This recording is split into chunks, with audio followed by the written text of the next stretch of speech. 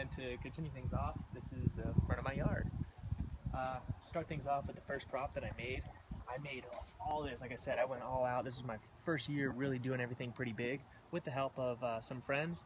We got it all done on time, and we're now 12 days out from the day of Halloween.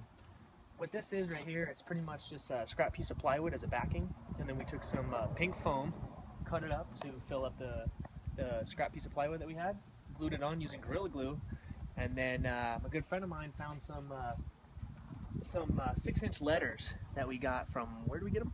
Home Depot? Home Depot, and we pretty much use those as a stencil. So with the remainder of the pink foam that we have, we use that 6-inch stencil, carved out days till Halloween, and used a Dremel, cut them all out, and then just with some black spray paint and some Gorilla Glue, this is what you see with the finished product. And now he also had the genius idea of changing the letters. I mean, I wanted to make a days to Halloween, but I didn't know how I was going to do the letters as far as making them easy and simple to change.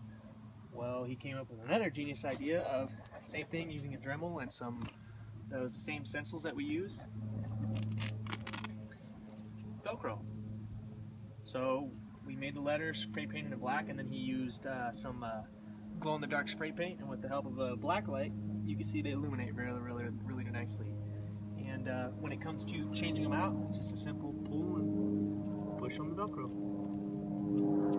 Now this guy right here, he's my, I guess you could say, my graveyard keeper. Right now he's currently, he should be under maintenance. He's not working right now, but he's made out of a reindeer motor, and when he does work, his arm sways back and forth, and this little light lights up. It's pretty cool, little cheap little idea. These reindeer motors, you can find them anywhere. I got them off of Kringles, like 15 bucks, free shipping. And now let's go into my columns. These are my cemetery columns. Everything's made out of wood, minus the vines.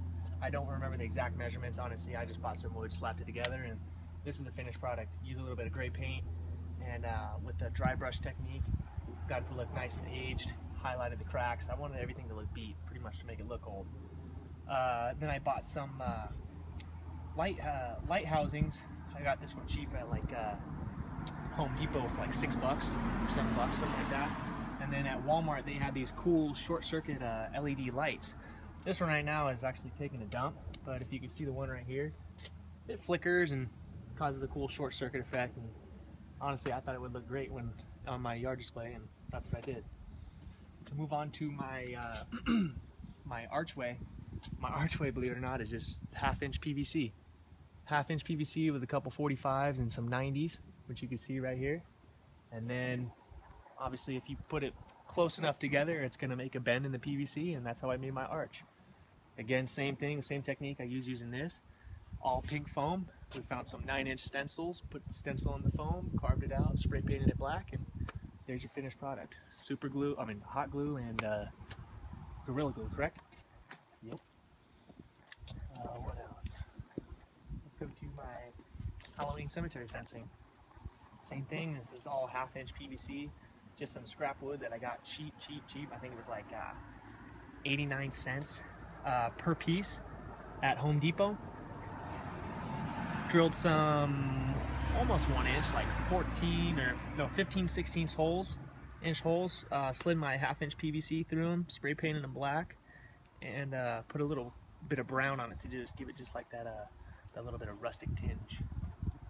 And then once I got all those slapped together, they're all held into the ground with just some 1-foot sticks of rebar. Just slam some rebar in and just plopped them right over the top. These are all my tombstones, all made out of foam, all hand carved, minus a couple of them. I was actually, they still are hand carved, but I bought them from a guy who's really good at what he does, I should say. And let's check out the inside of these things.